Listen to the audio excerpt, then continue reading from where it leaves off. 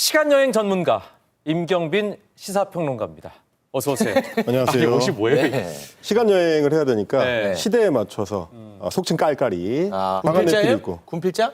군필자입니다. 네. 네. 40개월 그래요? 장기로 중요합니다, 보고 군필. 있습니다. 네. 네. 미필자는 국가 지도자 될 수 없다고 말하신 분이 있어요. 신원식 장관 후보자가 2020년에 그런 얘기를 했었죠. 네.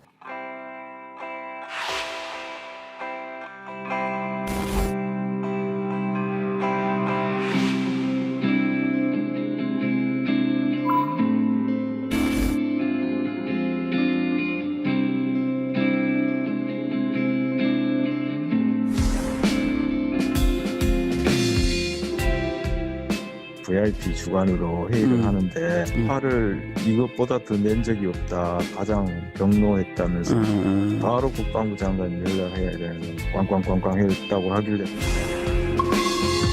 Seems I've been dreaming for too long. I can't find the reason to move on. 국방혁신 4.0을 완성할 수 있는 최적임자라고 판단했습니다. Realize we're getting old.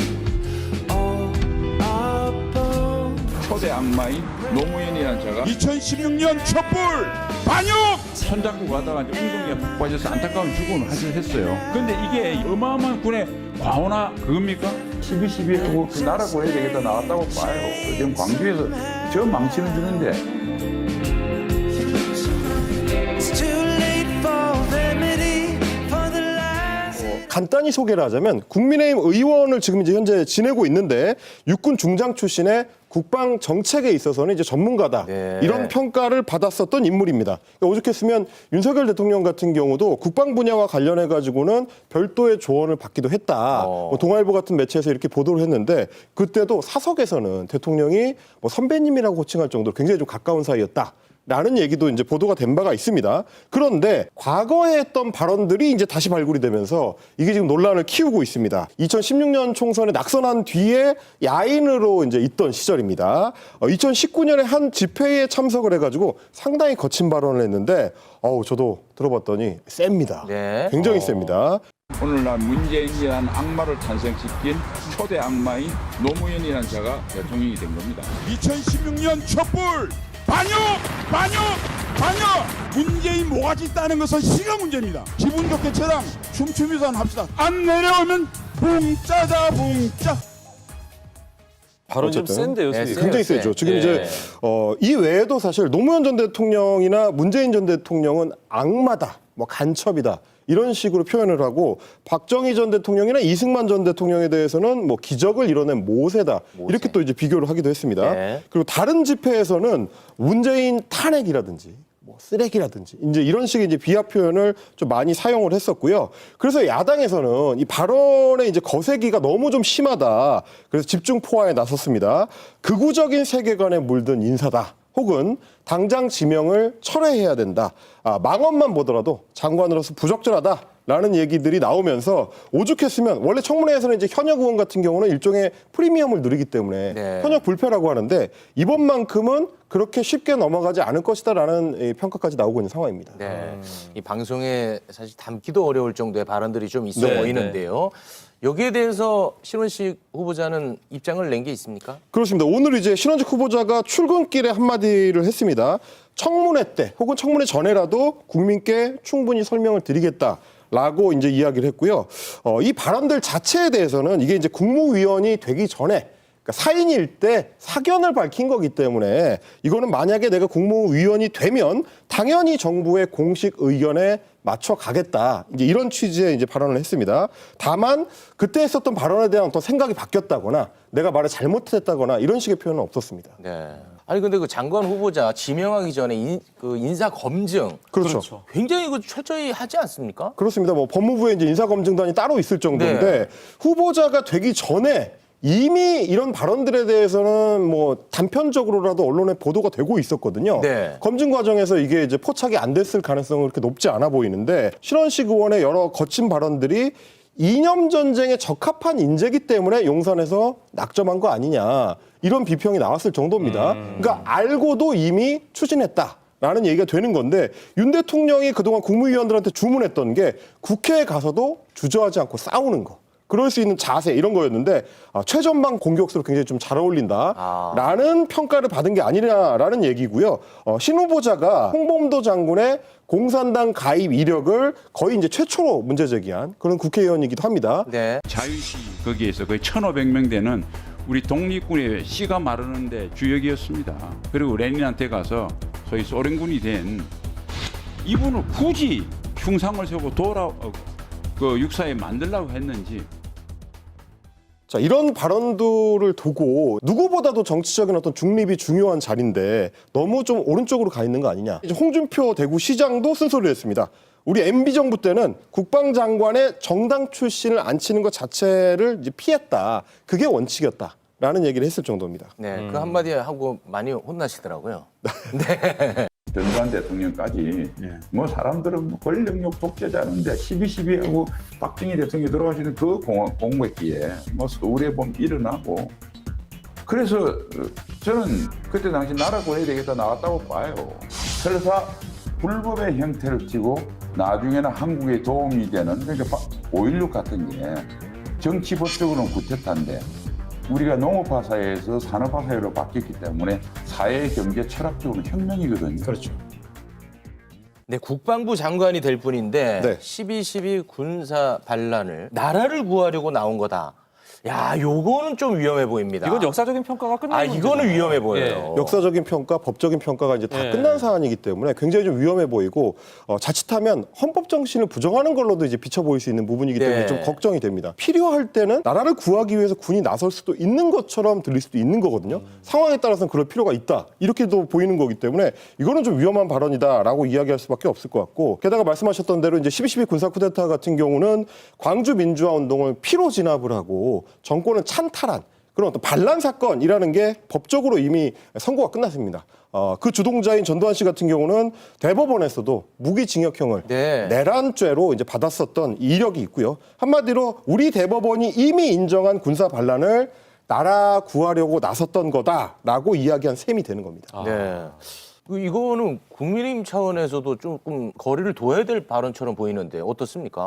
뭐 일단 이철규 국민의힘 사무총장 같은 경우는 당대 최고의 국방 전문가인데 이 머리카락 하나 같은 것 때문에 사람 전체를 다 평가할 수는 없지 않느냐. 그러니까 이건 작은 부분이다. 이런 취지의 이제 옹호를 했고요. 반면에 민주당에서는 이미 헌법적 판단이 내려진 사실조차도 부정하는 굉장히 위험한 역사관이다. 이런 비판을 내놨습니다. 네. 이 부분에 대한 질문도 오늘 출근길에 있었습니다. 신 후보자 본인도 12.12 사태 관련된 12.12 쿠데타 관련된 발언은 심각하다고 생각을 했는지 네. 콕 집어서 별도로 해명을 좀 했습니다. 구테타는 절대 있어서도 안 되고 있을 수도 없고 대한민국 현실에 불가능하다고 봅니다. 구체적인 것은 제가 정리해서 청문회 중이나 청문회 직전이나 충분히 국민께 설명드리겠습니다.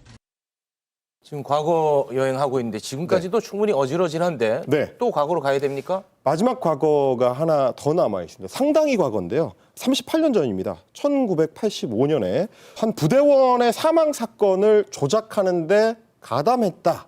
라는 의혹입니다. 1985년에 신 후보자가 이제 중대장 시절입니다. 이분이 이제 삼성 장군을 지냈는데 중대장 시절이니까 굉장히 옛날이죠. 그 당시에 훈련을 하던 도중에 한 병사가 오발탄을 맞고 숨지는 일이 있었습니다. 네. 그런데 오발탄 때문에 일어난 사고가 아니고 숨진 병사가 불발탄을 잘못 밟아서 생긴 그러니까 어떻게 보면 이제 개인의 실수와 연관된 네. 사고인 것처럼 조작을 했다라는 겁니다. 게다가 당시 중대장이었던 신 후보자가 이 조작 내지는 은폐 과정에 관여했다는 의혹도 제기가 되고 있습니다. 네, 신원식 후보자가 부대원 사망 조작 사건에 관여했다는 근거가 있어야 돼. 근거. 안 그러면 고발당해요. 이게 이제 단순 언론 보도 예. 같은 의혹 제기가 아니고요. 네, 근거.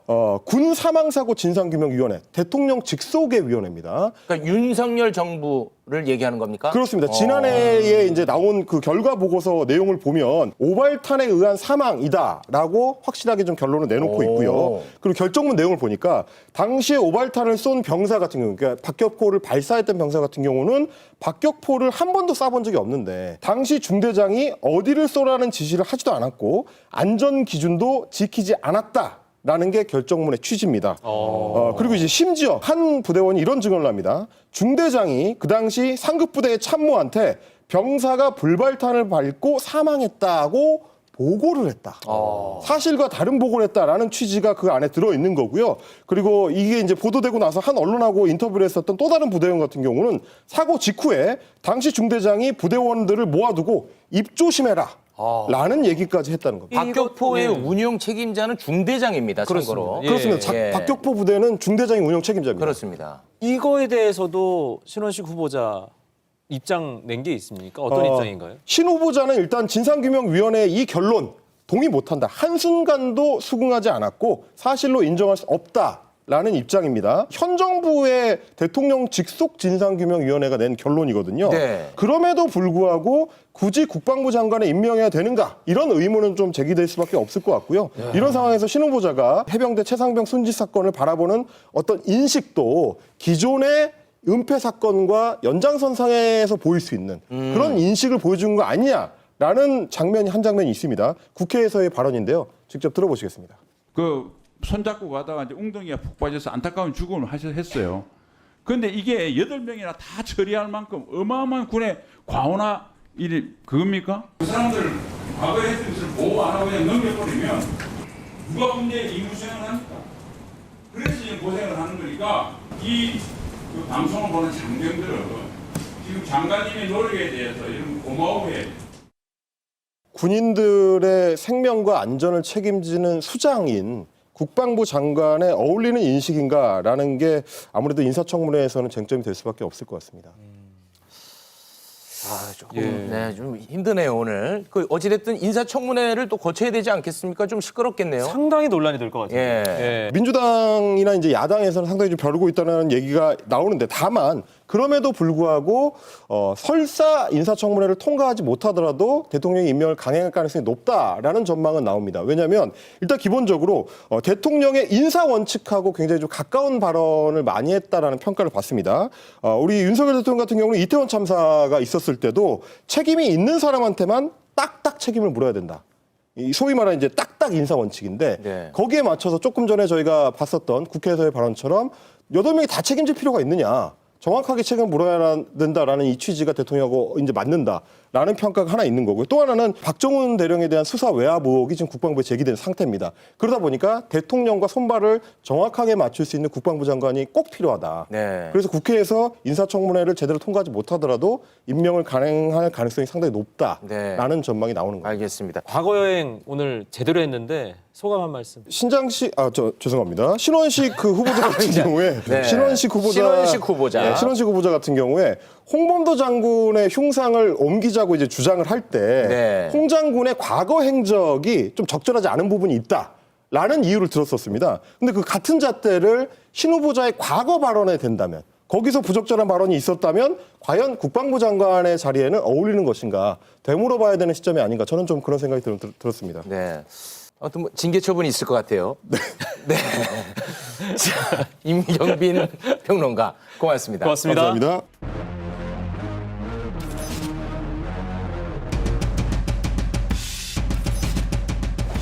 국민의 대표입니다. 여성 남성 갈라치기 하지 마십시오. 이거 맞는 말입니까? 일타 강사 장관님?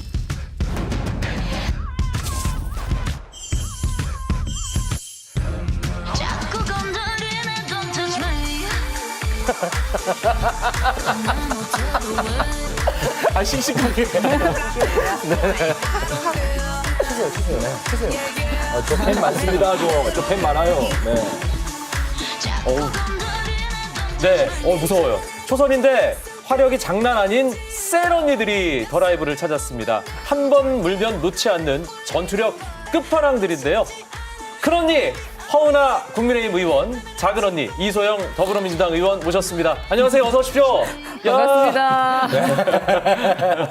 뭐 무시무시합니다. 예. 이 두 분은 말이죠. 한 곳만 때리는 것으로 아주 유명한 분입니다. 그렇죠. 자, 그럼 그 활약상 한번 좀 볼까요, 저희가? 예, 저희가 이소영 의원 활약상부터 준비했습니다.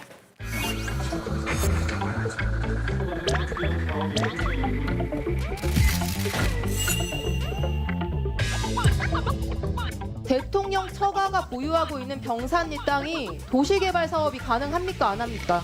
못하도록 돼 있습니다. 네, 틀린 말씀입니다, 장관님. 이런 엉터리 해명이 지금 이 사건을 계속 키우고 있는 거예요. 일타 강사 장관님. 그래서 제가 사례를 열심히 찾았어요, 장관님. 사과 한번 받아보고 싶어가지고. 수변구역인 상태에서 개발된 것이거든요. 이런 사례가 있는데 약속대로 저한테 사과하시겠어요? 국토실장이 이 명확한 법문을 갖고 있기 때문에 아니, 장관님이 간략하게 좀 말씀해 주세요. 장관님이 안 된다고 말씀하셨으니까 장관님이 말씀을 해주세요. 국토실장은 제 지휘하에 업무를 하고 있는 사람입니다. 뭐 일단 그럼 조금 이따 답변을 하시고요.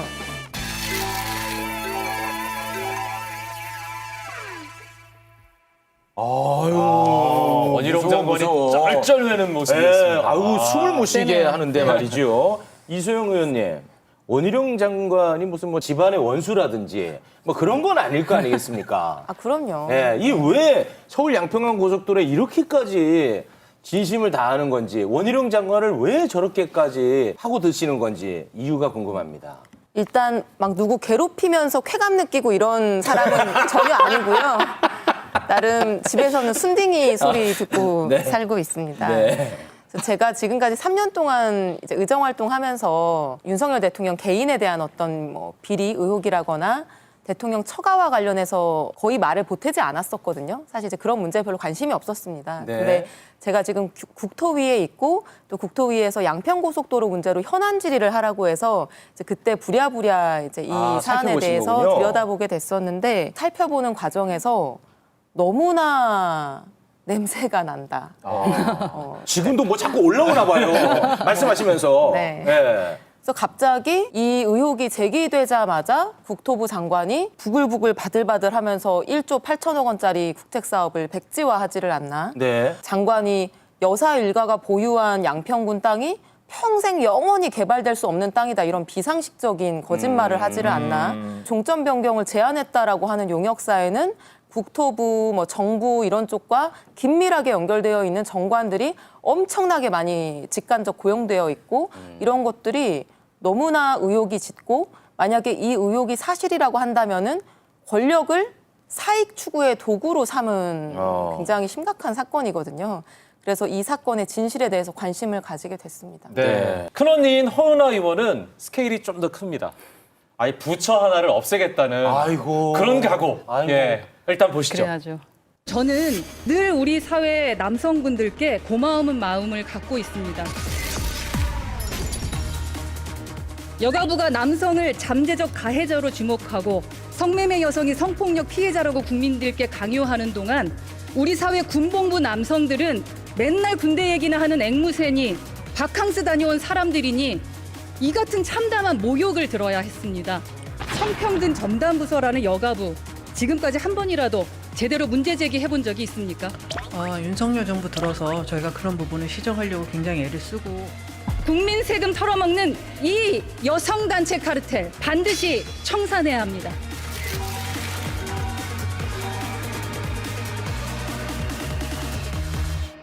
아이고, 무서워 죽겠습니다. 오늘 정말. 네. 수많은 남동생들이 생겼습니다. 우리 그 허은하 의원님은 네. 윤석열 대통령과 의견 일치 보는 게 그렇게 많지 않다고 저는 생각하는데 이거는 아주 생각이 매우 일치하시는군요. 왜 이렇게까지 진심입니까? 여성가족부 폐지 그 단어를 가지고 많은 분들이 저희를 응원해 주셨던 걸로 알고 있고요. 근데 뭐 여가부뿐만 아니라 사실 세금 받고 운영되는 어떠한 부처라도 국민의 삶이라던가 미래에 도움이 되지 않으면 폐지돼야 되는 건 당연한 거다라고 네. 저는 생각하고 제가 여가부 폐지를 말하는 이유는 뭐 간단합니다. 그게 상식이기 때문이라고 생각합니다. 사회의 지속 가능성을 봐야 할 텐데 청춘 남녀가 서로 사랑하지 않고 미워하기 바쁘면 어떻게 출산하고 뭐 결혼하고 아무것도 생각할 수 없다고 저는 생각을 하고요. 애초에 지금 여가부 같은 경우는 고유 업무도 없다고 생각합니다. 그리고 또한 압도적으로 무능하다라고 평가받았고 네. 또 오히려 성별 갈등을 좀 유발하고 있는 부처다라고 생각하기 때문에 빠르게 좀 폐지되어야 되지 않는가. 그게 제 소신입니다. 원래부터 갖고 있던 소신이었습니까? 예. 이런 소신 때문에 이준석 대표가 가까워진 거예요? 아니면 이준석 대표로 가까워지고 소신이 바뀐 거예요? 아니 같이 하다 보니까 같은 걸 알게 된 거죠. 아, 그래요? 아, 네.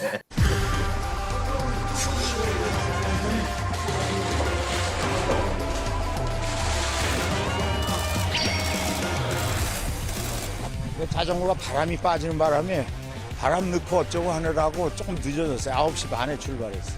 근데 제가 적은 나이는 아니기 때문에 마지막으로 주어진 우리 문화예술을 위한 좀 이 현장을 좀 좋게 잘 만들어 보라는 그런 소명이 아닐까.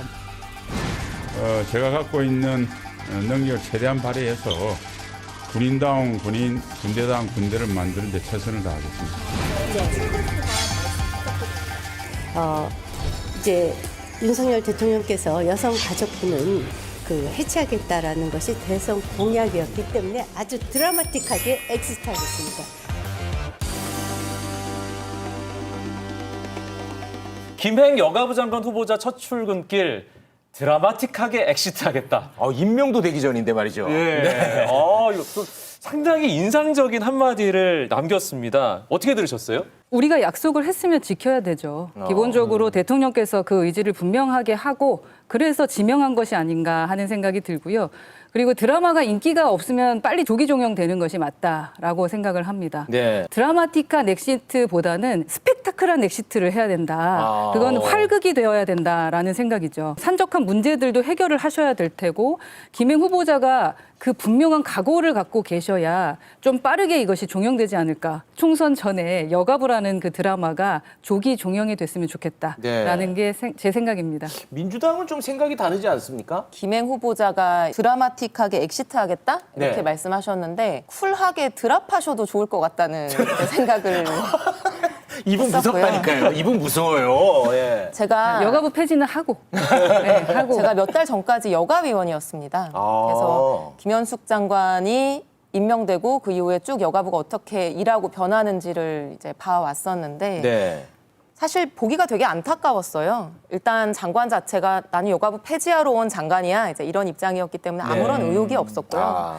권성동 원내대표가 여가부 장관을 만나서 여가부는 예산 축내는 부서다 이렇게 얘기하는데도 거기에 대해서 본인과 함께 일하고 있는 공무원들을 위해서 두둔하는 설명하는 발언 한마디 하지 않은 이제 조직의 수장이었고 그래서 항상 상임위가 열리면 그 장관 뒤에 앉아 있는 여가부 공무원들의 표정이 너무나 어둡고 굉장히 불행해 보였습니다. 그래서 말려서 고사시키겠다라고 하는 이제 태도가 이번 정부의 태도인데 그럴 바에는 부처를 빨리 폐지하고 조금이라도 더 빨리 그 일을 잘할 수 있게 만드는 환경을 만들어주는 것도 필요하겠다라는 게 제 개인적인 생각이긴 합니다. 그래서 지금 궁금한 게 어찌됐든 여가부 폐지하려면 이 법을 바꿔야 되는 거 아니겠습니까?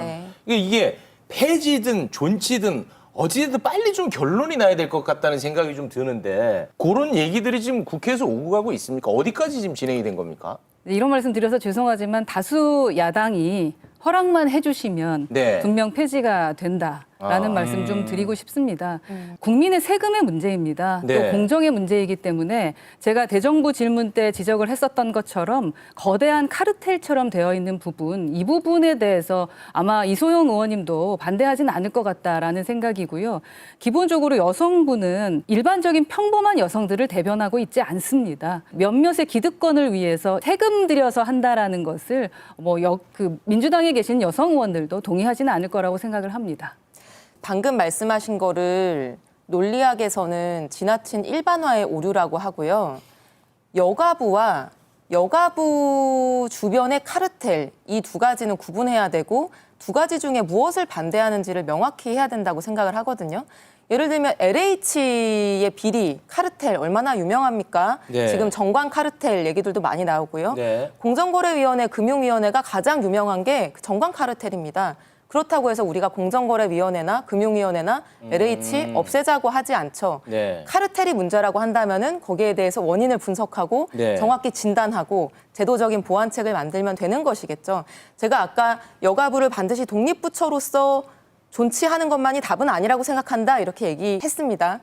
그런데 여성가족 정책은 굉장히 중요하죠. 그래서 애초에 이 논의가 우리 여성가족 정책을 어떻게 하면 조금 더 사회적으로 잘할 수 있을까? 발전시킬 수 있을까? 이렇게 논의가 시작됐다라고 한다면은 민주당 아니라 어느 정당도 반대하는 정당 없었을 겁니다.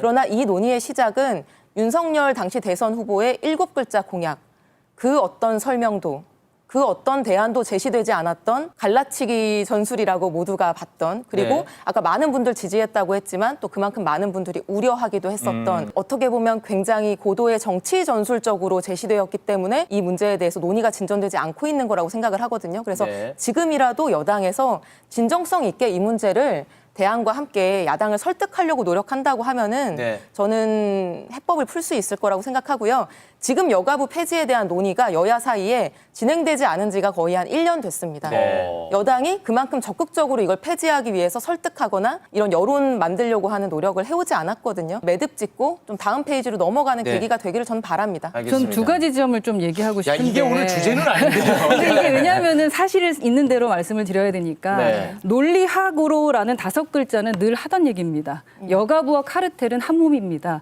제가 6개월, 그러니까 1년 정도 계속 자료조사했고요. 기재부뿐만 아니라 여가부에서도 자료 요청해서 여러 가지 분석을 했기 때문에 네. 자신감 있게 대정부 질문에 나설 수 있었다. 네, 네. 저도 여자인데 제가 말하는 게 얼마나 힘들었겠습니까? 알겠습니다. 예. 기본적으로 여가부 폐지를 하면요. 늘 나오는 말씀이 갈라치기이고요. 네. 그리고 또 여성단체 공격하면은 그게 엄청나게 큰일이 되는 것처럼 말씀하시는 분들 계시는데 그분들은 성역이 아니다라는 말씀 알겠습니다. 드리고 싶습니다. 그래서 제가 오늘, 이게 주제가 아니고 아니, 그게 너무 중요한 겁니다. 원희룡 작가 그리고 얘기 안 하실 거예요? 아니, 여성들이 의뢰 그렇다. 네, 네. 모든 여성이 알겠습니다. 그렇다. 이거 고정관념입니다. 네, 네. 제가 예, 한 나중에 한 가지만 번 더 딱 시간을 말씀드릴게요. 주시면 이거는 토론하시죠. 그 부처에서 일하는 많은 분들과 그 부처의 사업으로부터 지금 혜택받고 있는 많은 국민들에게 뒤집어 씌울 수 있는 상황이어서 한마디는 해야 되겠는데 여가부가 그냥 카르텔, 뭐 여성단체들 밥 먹여 살리는 부처다 이렇게만 보신다라고 하면 저는 그걸 일반화에 오르라고 하는 겁니다. 여가부 사업 중에는 가정폭력 피해자들에게 주거 지원을 하는 사업들도 있고요. 네. 한부모 가족 자녀들에게 양육비를 지원하고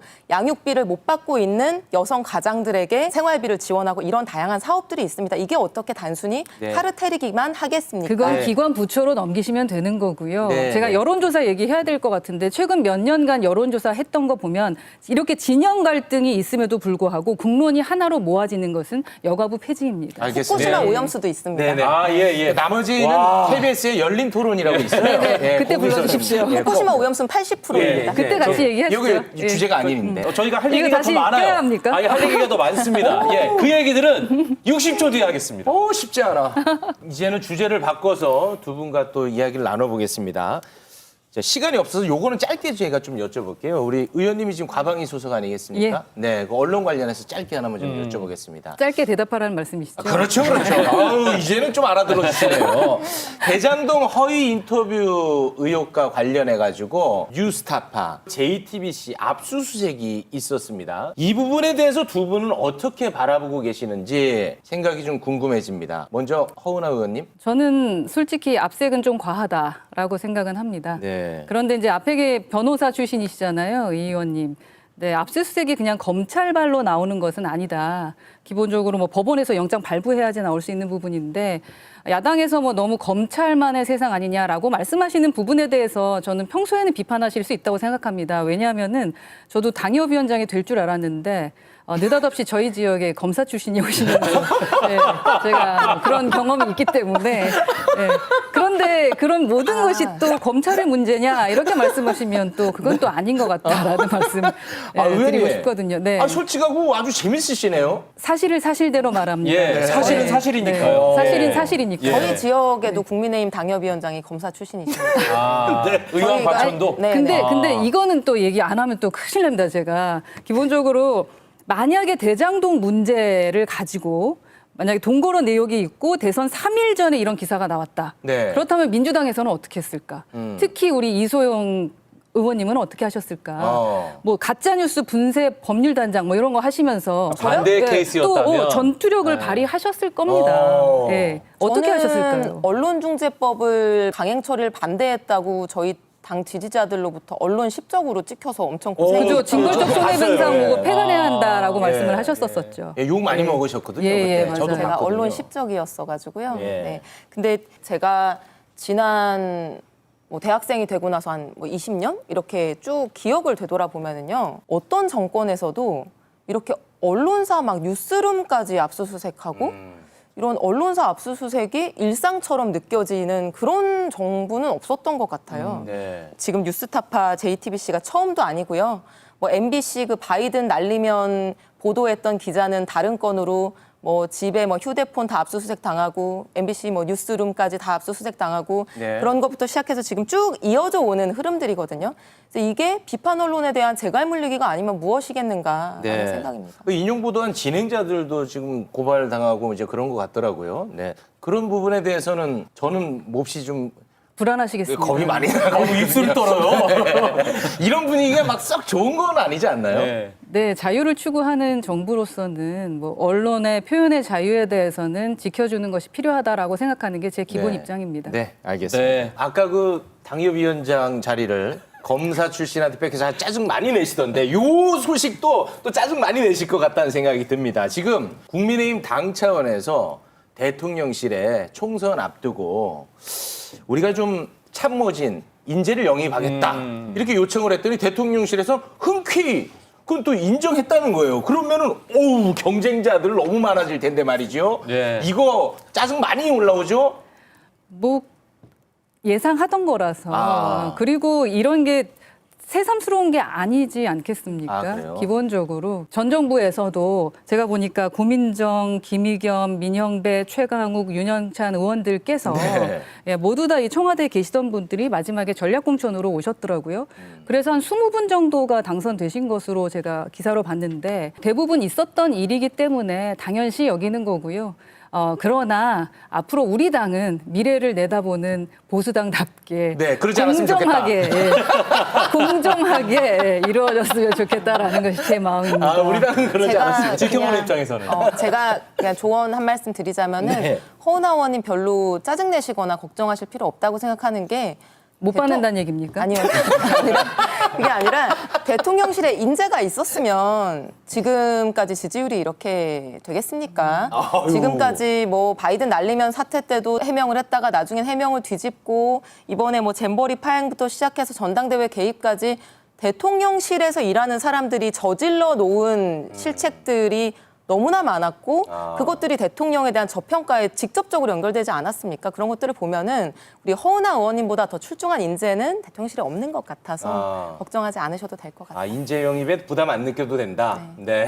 이세영 의원님께서 저희 용산의 실력을 뭐 무능력하다라고 자꾸 말씀을 하시는 것이 제게 도움이 되라고 주시는 건 아닌 것 같고 네. 기본적으로 좀 과하게 말씀하시는 것 같아서 네. 듣고 있는 제가 참 민망하다라는 네, 말씀을 좀 네. 드리고 싶고 뭐 문재인 정부 때 계셨던 분들 전략공천 받으셨던 분들께서 지금 어떻게 의정 활동하고 계신지 그거 국민들께서 판단해 주시면 될 것 같습니다. 네, 알겠습니다. 예. 얼마 전에 윤석열 대통령이 한국에 진출한 모든 나라 정상을 만나겠다는 얘기를 했습니다. 아, 그랬었죠. 다음 주에 유엔 총회 참석차 미국 뉴욕 방문을 오늘 발표했는데요.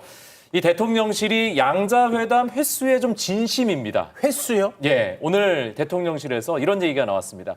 한 달 내에 가장 많은 정상회담을 연 대통령으로 기네스북에 등재하는 걸 신청해 볼 생각이다. 네. 이런 말을 했거든요. 네. 근데 이게 대통령실에서 진지하게 낸 겁니까? 아니면 약간의 농의입니까? 그건 뭐 제가 알 수가 없죠. 저는 대통령이라고 연락이 안 그러네요. 되고 많이 하면 죄송합니다. 좋은 거죠. 네. 네. 저는 일단 뭐 양의 진심이신 것 같은데 양보다는 질이다 이런 말씀 드리고 싶고요. 네.